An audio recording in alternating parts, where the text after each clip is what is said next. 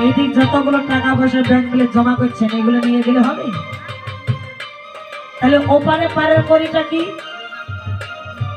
হরি না, আর কি? দান করতে হবে। আর কি করতে হবে? অনেক কিছু। ওমা, এদিকে যদি দান করো ও দান ওখানে পাবে।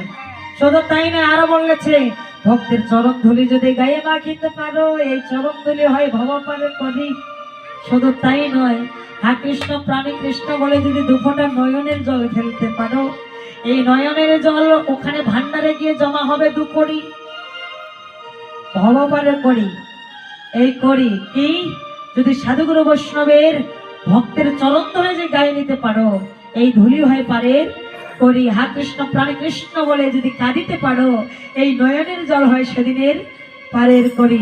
এদিকে যদি তুমি দান করতে পারো, ভগবানের নামে যদি দান করতে পারো, মন্দিরের নামে কোন যাগযজ্ঞ পূজা